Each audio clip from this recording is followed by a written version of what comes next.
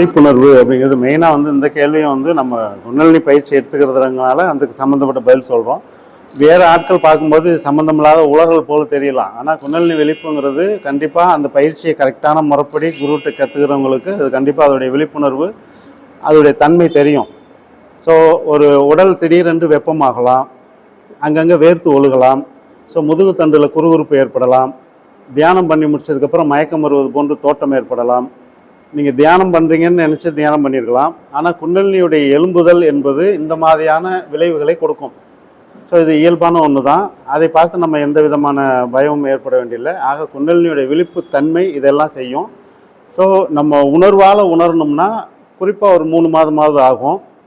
அது எப்படி உணரலாம் அப்படின்னா, நான் அது வரைக்கும் செய்துக்கிட்டு இருந்த காரியத்தை சரின்னு நான் அழுத்தி நான் வாதம் பண்ணி சொல்லியிருப்பேன்.